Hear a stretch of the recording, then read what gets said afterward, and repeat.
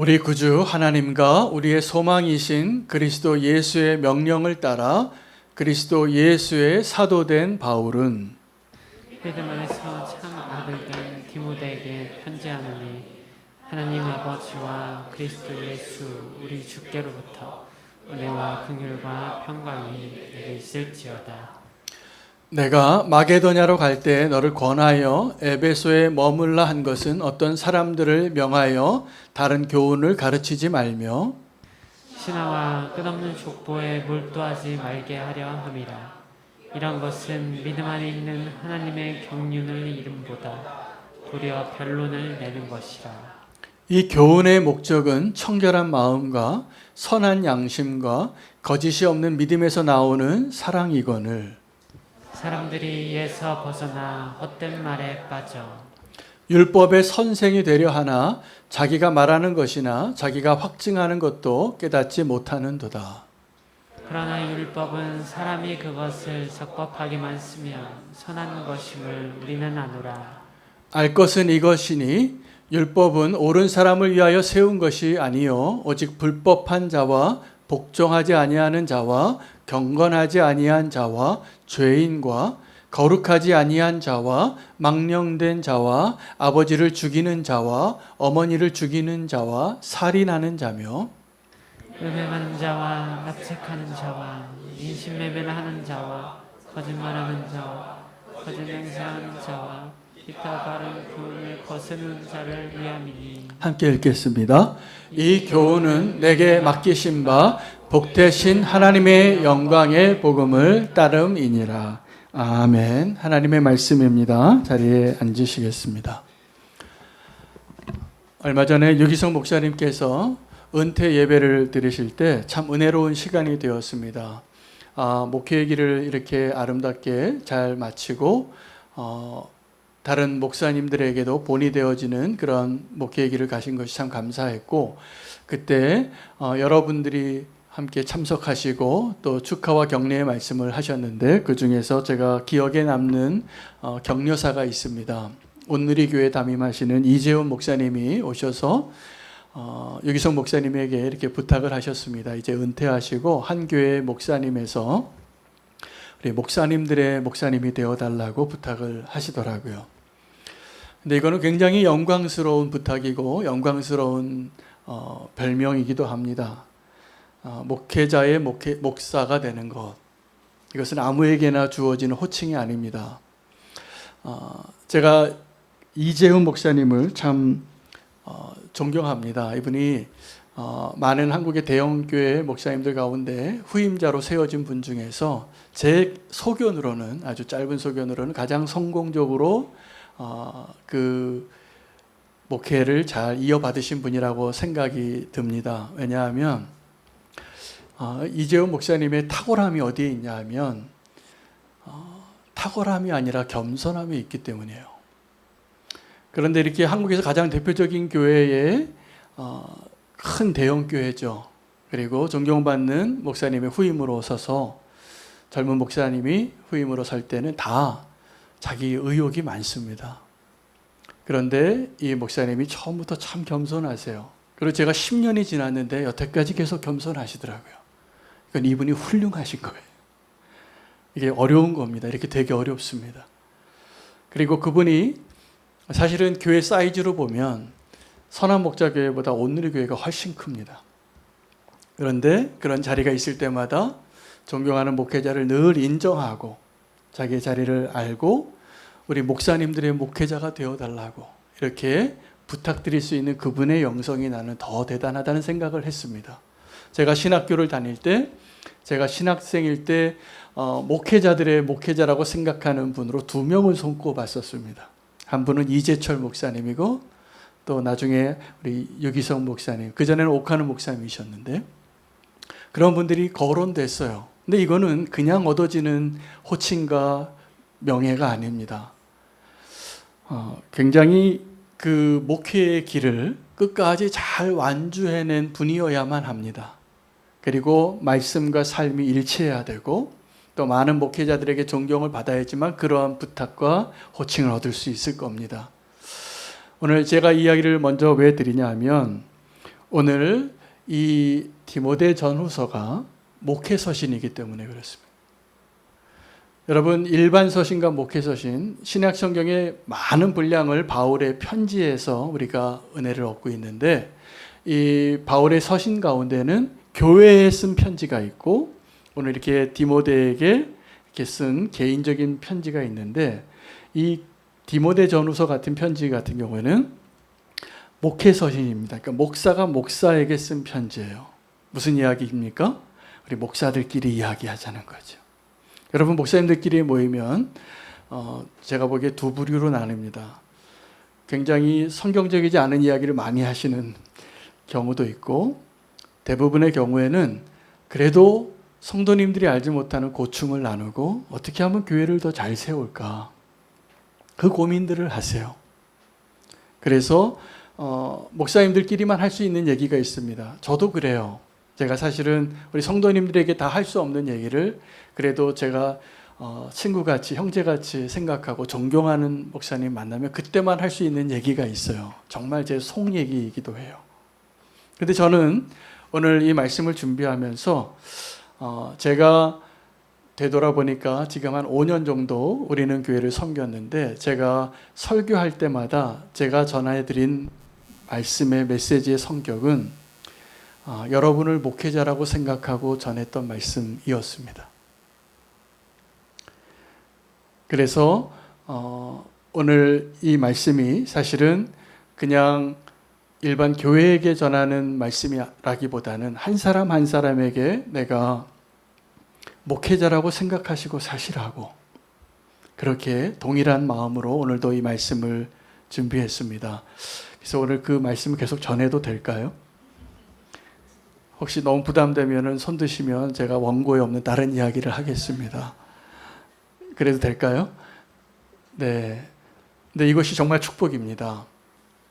제가 앞으로도 우리는 교회 섬기는 동안에 그냥 교회에 전하는 말씀이 아니라 개인적으로 목회적인 관점에서 목회자에게 전하는 말씀을 전할 때 우리가 하나님이 기뻐하시는 생명력 있는 교회를 세워가는 일에 열매를 주실 것이라 믿습니다. 정말 그래도 될까요? 네, 목회자가 목회자에게 편지를 쓰고 목회자가 목회자한테 얘기할 때 어떤 내용을 이야기할 것 같습니까? 제가요, 이재철 목사님이 목회자에게, 신학생들에게 편지를 쓰셨어요. 목회자는 이렇게 살라고. 근데 그 핵심은 뭐냐 하면 다 자기를 잘 목회하라는 거예요.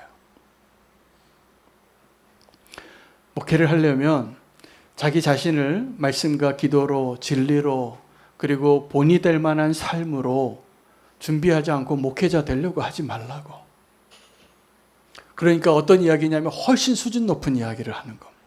훨씬 더 엄격한 이야기. 그냥 힘든 사람에게 울지 마시라고 눈물 닦아주는 이야기를 하는 게 아니라 똑바로 하라고. 이렇게 하다가 큰일 난다고. 그 얘기를 하는 겁니다.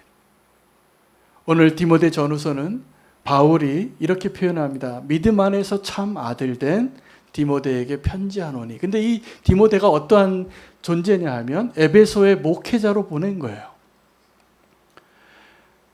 그래서 아버지 같은 마음으로 이렇게 목회를 하라고 권면하는 겁니다.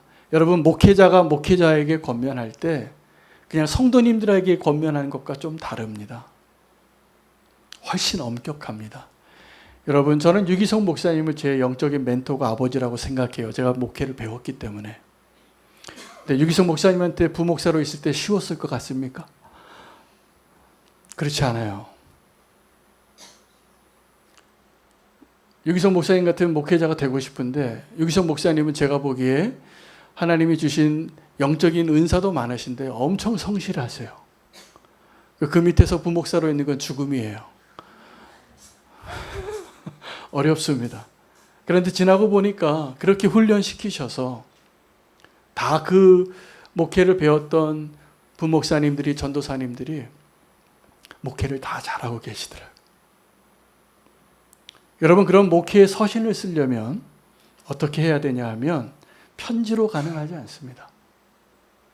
삶으로 메시지를 전해줄 수 있는 목회자가 될 때 그러한 동일한 길을 걷는 목회자가 탄생되는 것입니다. 제가 연예인들 가운데 개그맨 1호가 우리나라에서 누구라는 것을 어떤 그 뉴스를 통해서 알게 됐는데 여러분 잘 아시는 분일 겁니다. 이경규라는 사람입니다. 이 개그맨이 제가 보니까 모든 개그맨이 다 존경하는 개그맨이에요. 이경규 씨를. 그 이경규 씨가 아주 뭐 특출나게 아주 탁월하게 연예인 활동을 잘 했다라기보다는 정말 그 연예인으로서 개그맨으로서 1호인데 모든 후배가 존경할 만한 그 길을 걸었더라고요. 그래서 지금 뭐 내노라 하는 모든 개그맨들이 다 일구동성으로 한 사람도 예외 없이 다 존경한대요. 이경규 씨를. 이게 목회자가 목회자에게 편지 쓸 때만 가능한, 그런 삶을 살아냈을 때만 가능한 이야기입니다.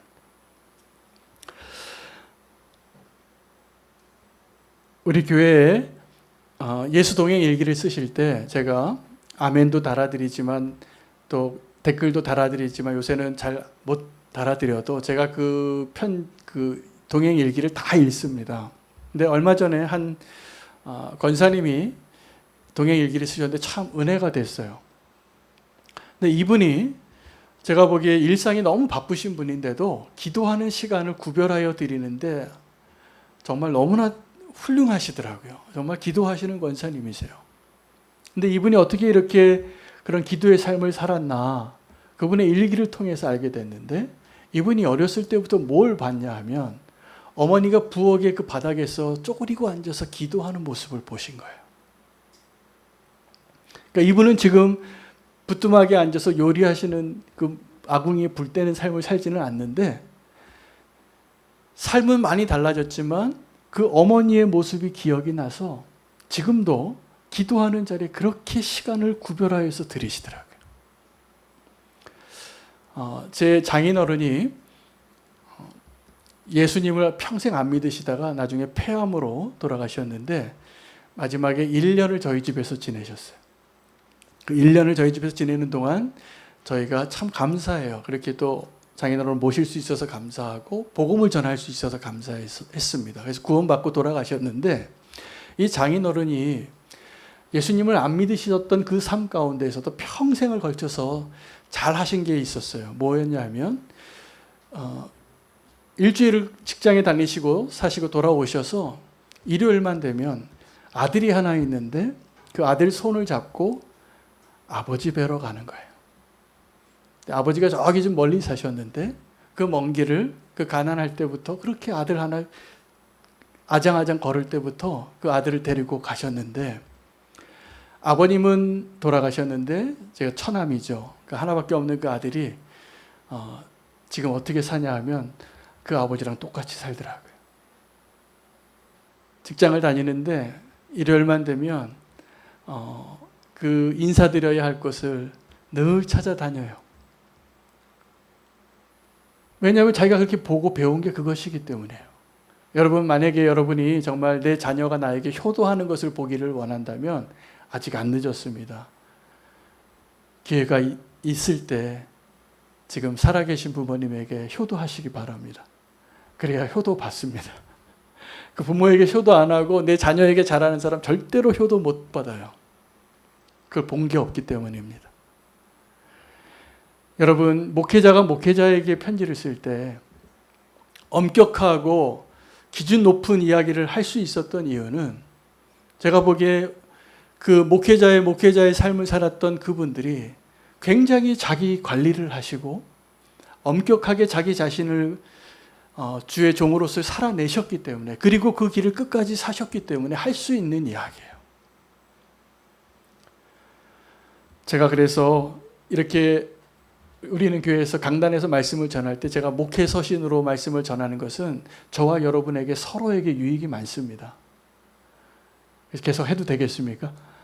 예, 그래서 우리가 조금 더 엄격하게 또 수준 높은 또 기준이 높은 이야기를 하고 그렇게 살아내자고 서로 격려하는 교회가 될 수 있으면 좋겠습니다. 바울이 오늘 이 디모데에게 뭐라고 이야기하고 부르냐 하면 믿음 안에서 참 아들 된 디모데에게 라고 이렇게 편지를 시작해요. 근데 이것은 무슨 이야기냐 하면 디모데가 내 진짜 아들이 아니라는 이야기예요. 그렇죠? 그런데 한편으로는 영적으로는 이 디모데가 진짜 내 아들이라는 것을 선언하는 고백이기도 합니다. 여러분, 내가 사랑하는 자녀가 있습니다. 내가 사랑하는 아들이 있고 딸이 있는데 그 아들과 딸이 진짜 내 아들과 딸이 되려면 그 아들과 딸이 하나님의 뜻을 따라 사는 자녀가 되어야 진짜 내 아들과 딸이 되는 것입니다. 예수님께서 공생애를 사실 때 많은 이적을 베푸시고 하나님의 말씀을 권위 있게 전하니까 수많은 무리가 따랐습니다. 그래서 주님께로 돌아왔고 그 길을 세례 요한이 도왔는데 예수님께서 고향에 가서 복음을 전할 때는 열매가 없었습니다. 사람들이 예수님을 선지자로 인정하지 않았습니다. 그래서 그 당시에도 이미 속담이 되어진 것처럼 선지자는 고향에서 환대를 받지 못한다. 어떤 선지자라도. 이게 무엇을 의미하냐 하면 여러분, 진짜 내 고향, 진짜 내 가족, 진짜 내 아들과 딸은 따로 있다라는 거예요. 사람들이 예수님에게 찾아왔어요. 누구를 데리고요? 예수님의 어머니와 형제 자매를 데리고, 예수님이 맏아들이었으니까. 데려왔는데 예수님이 그들을 향하여 뭐라고 얘기했냐면 누가 내 어머니고 누가 내 아들이고 내 형제이냐? 혈육이 아니라는 거예요. 내 아버지의 뜻대로 행하는 자가 내 어머니요, 내 아들이고 내 형제라고 말씀해 주시는 거예요. 마지막에 십자가에서 돌아가실 때에도 예수님께서 어머니에게 요한 제자를 향하여 어머니, 아들이니이다. 그리고 요한에게 부탁합니다. 내 어머니 같이 좀 섬겨달라고. 그래서 야고보는 일찍 순교를 당하지만 이 요한은 그 예수님의 부탁 때문에 제자들 중에서 제일 오래 살아요. 사실은 제일 먼저 순교할 사람이었어요. 하나님의 뜻으로 그 육신의 어머니를 돌보고 마지막에 그 요한계시록의 환상을 보면서 교회를 위하여 쓰임받는 그 인생을 그렇게 살아냅니다. 여러분, 오늘 이 바울이 디모데를 에베소에 남겨둔 이유는 이제는 아들이 아니라 동력자로서 목회자로서 부탁하는 거였어요. 그런데 이 에베소에 너를 남겨둔 이유는 그곳에 가짜 교훈을 전하는 자들이 많기 때문이라. 근데 그 가짜 교훈을 전하는 자들이 전하는 그 교훈의 내용은 신화와 끝없는 족보와 그리고 율법의 논쟁으로 가득한 이야기만 하는 거예요. 그런데 이 사람들이 율법의 선생이 되기를 원하였다라고 표현하면서 왜 이 사람들이 율법의 선생이 되고자 하는 그 이유를 설명하는데 그 이유가 뭔 것 같습니까? 왜 사람들이 가짜 교훈을 말하고 율법의 선생이 되려고 할까요? 신화와 끝없는 족보를 이야기하고 비본질적인 것이만 그렇게 관심이 많고 그런 논쟁만 많고 하나님의 경륜을 이루지 못하는 일들만 끝없이 이야기하는 이유가 뭘까요? 사랑이 없기 때문에.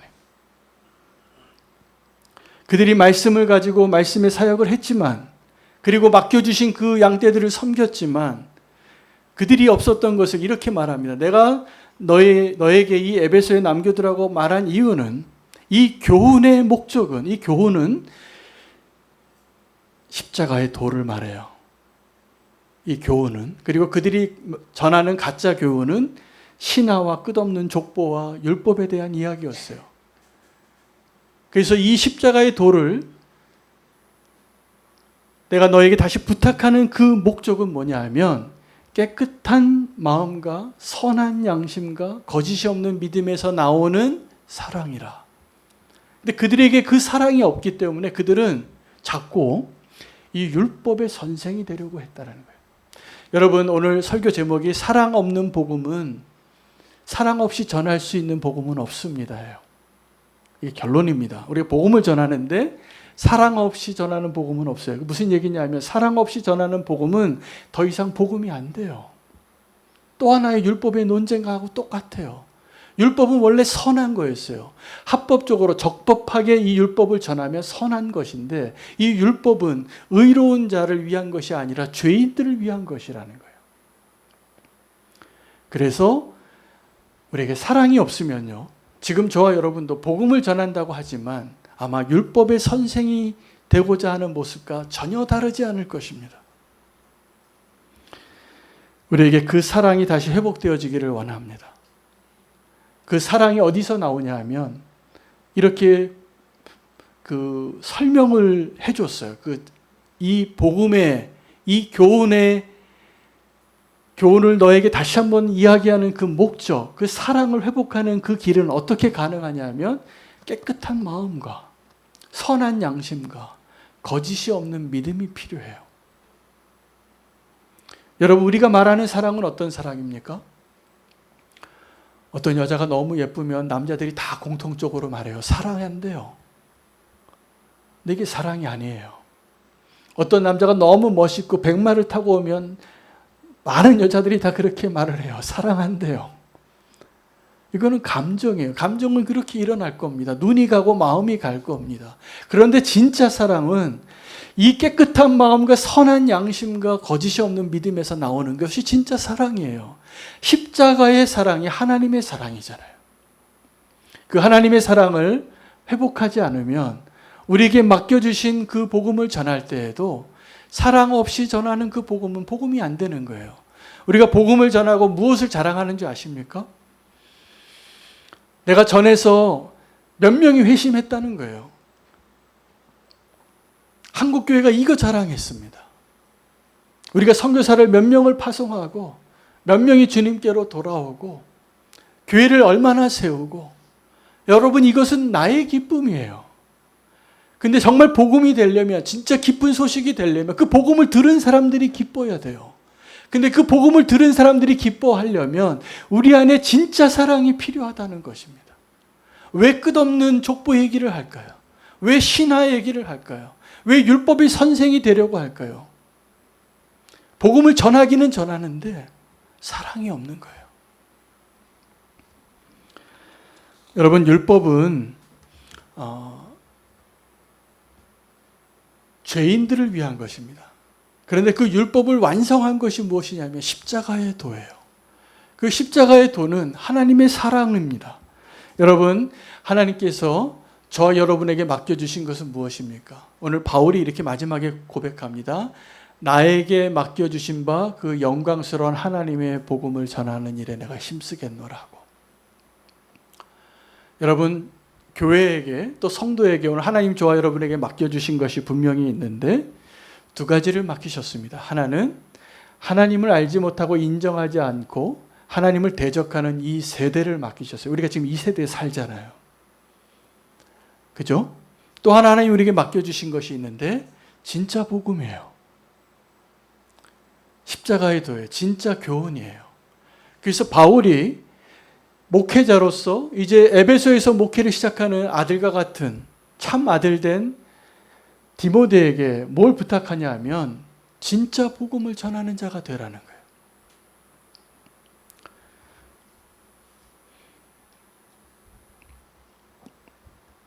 진짜 복음을 우리가 맡고 있고 하나님을 대적하는 이 세대에 그 십자가의 도를 전하는 그 삶을 살기 위하여 확인할 게 있습니다.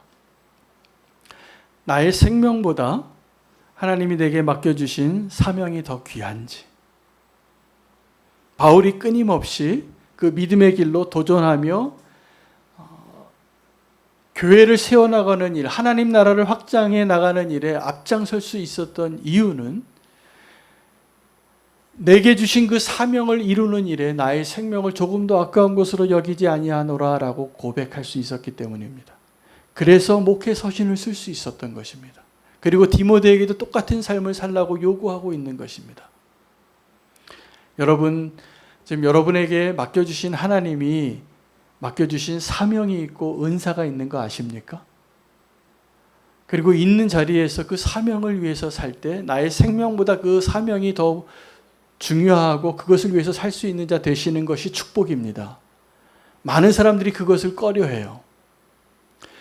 바울이 예루살렘을 향하여 나아갈 때 바울을 사랑하는 사람들이 성령의 메시지를 환상을 보고 동일하게 계속적으로 반복하여서 이야기합니다. 한 3번을 이야기해요. 사도행전을 보니까. 에베소 장로들이 그랬고, 두로에서 그랬고, 가이사랴에서 빌립 집에 있는 딸들과 함께 아가보 선지자가 동일하게 얘기했어요. 이 띠를 들면서 이 띠 주인이 바울의 띠인데 결박을 당하고 죽임을 당하고 고초를 당할 것이다. 예루살렘에 가지 말라고. 근데 정말 성령님의 메시지는 예루살렘에 들어가면 고난을 당할 것이라는 것이었습니다. 근데 이 예루살렘에 들어가면 고난을 당할 것이라는 그 메시지를 바울을 사랑하는 사람들은 다 어떻게 해석을 하냐 하면 가지 말라고 이야기한다고 해석을 해요. 그래서 바울에게 계속 만류합니다. 가지 말라고. 가면은 큰일 난다고. 가면 죽는다고. 바울이 나중에 이렇게 부탁을 해요. 왜 내게 계속 이렇게 사랑으로 나를 붙잡아서 내 마음을 더 아프게 하느냐고. 왜냐하면 바울은 그 동일한 성령의 메시지를 어떻게 해석했느냐에 달려 있어요. 바울은 자기를 사랑하는 사람들이 계속 가지 말라고 붙잡는 그 이야기를 어떻게 해석했냐면 내가 지금 잘 가고 있구나라고 해석한 사람이에요. 예수님이 제자들에게 물었습니다. 너희는 나를 누구라 하느냐? 그 전에 세상은 나를 누구라 하느냐고 질문했을 때 세상엔 이렇게 선지자 중에 하나라고 이야기합니다. 너희는 나를 누구라 하느냐? 물었을 때 베드로가 또 우등생이잖아요. 실력은 없어도 열정이 앞서서. 그래서 항상 먼저 말합니다. 주는 그리스도시요 살아계신 하나님의 아들이라고. 그런데 예수님이 깜짝 놀랐어요. 이게 정답이니까. 네가 한 것이 아니라 성령님이 말씀해 주신 것이다. 그리고 칭찬하는데 그 다음에 이 베드로가 얼마나 그 칭찬 듣고 기분이 좋았겠어요. 그렇죠? 그래서 이 베드로가 예수님을 너무 사랑해서 예수님을 말리는 거예요. 예수님 절대로 그 길 가시면 안 돼요.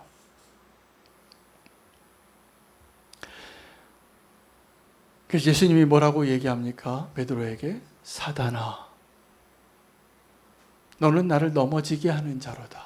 내 뒤로 물러서라. 여러분 우리의 사명과 나의 생명이 비교되었을 때 내가 사명을 위하여 내 목숨을 아끼지 않고 그것을 더 중요하게 여기는 믿음으로 사는 성도 되시기를 축복합니다. 그 사람은 절대로 죽지 않습니다. 근데 그 사명을 잃은 사람은 살아도 사는 게 아니에요. 산 것 같지만 그게 사실은 사는 게 아니에요. 여러분이 정말 사랑하는 사람들이 여러분에게 무슨 말을 할 때 그분이 어떻게 왜 해석하는지, 왜 그렇게 해석하는지를 잘 이해하시고 나는 믿음으로 어떻게 해석해야 하는지를 잘 해석하시기 바랍니다. 저희 아버님이 장로님이셨는데 제가 우리 집에 외아들이었습니다. 누님 둘이 있고 여동생이 하나 있는데 제가 선교사로 간다고 하니까 반대하시더라고요. 그때 아버지가 제일 힘드신 때였습니다.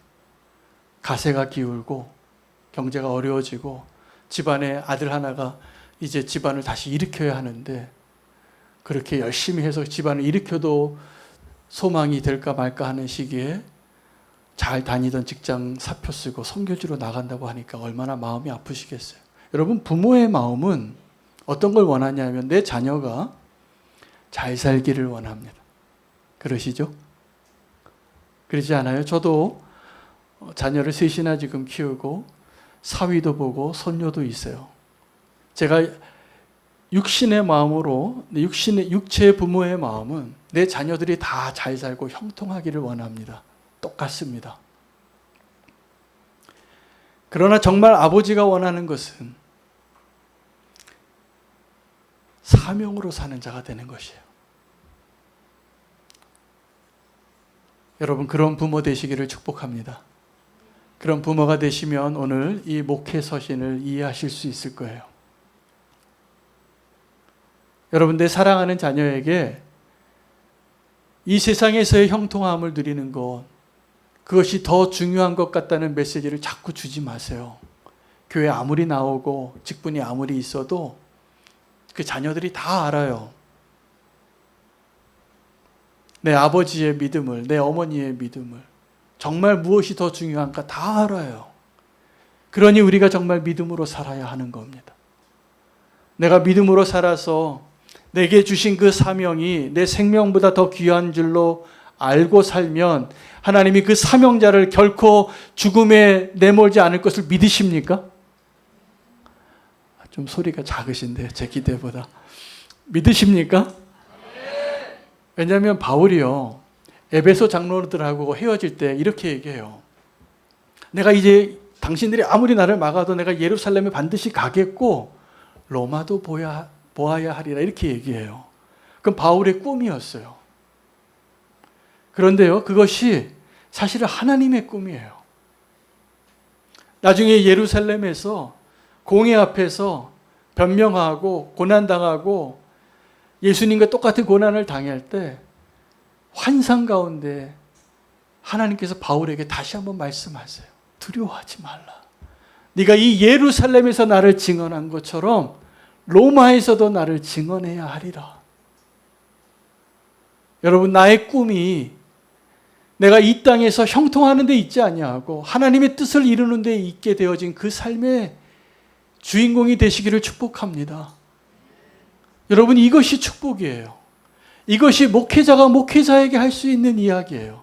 믿음이 연약한 자에게 이런 얘기 못합니다. 아유, 힘드시죠? 와서 쉬세요. 괜찮아요. 그래도 돼요. 이게 목회자가 보통 성도님들에게 하는 메시지예요. 목양적인 차원이지요. 그런데 저는요, 왜 그런지 모르겠는데 여러분에게 목회 서신을 쓰고 싶어요. 교회에 일반적으로 쓰는 그 편지가 아니라 목회자에게 쓰는 그 편지를 쓰고 싶어요. 그게 정말 사는 길이니까. 그게 정말 더 잘 사는 길이니까. 나의 사명을 위하여 목숨보다 더 귀하게 여기는 삶을 사시기를 축복합니다. 그래야 우리가 다 주님 앞에 잘 설 수 있잖아요. 후회 없이 사는 길입니다. 여러분, 교회에 많은 성도가 있는데 우리가 왜 십자가의 능력을 상실했을까요? 우리에게 맡겨주신 사명을 잃어버린 거예요.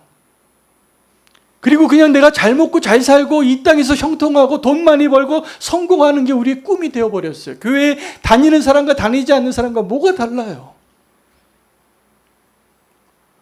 우리가 그렇게 구원을 받았는데 주님의 사명을 위해서 사시기 바랍니다. 절대로 안 죽어요. 네가 예루살렘에서 나를 증언한 것 같이 로마에서도 서게 하리라. 그 믿음으로 서는 자에게 하나님이 주실 그 축복을 놓치지 않냐는 저와 여러분 되시기를 축복합니다. 오늘 우리는 교회가 사명으로 살기 위하여 우리가 회복해야 될 것 딱 한 가지가 있다면 사랑입니다. 주님을 더 사랑하면 이 모든 것이 가능합니다. 오늘 주님의 선하심을 기대하며 결단하며 봉헌 드리도록 하겠습니다.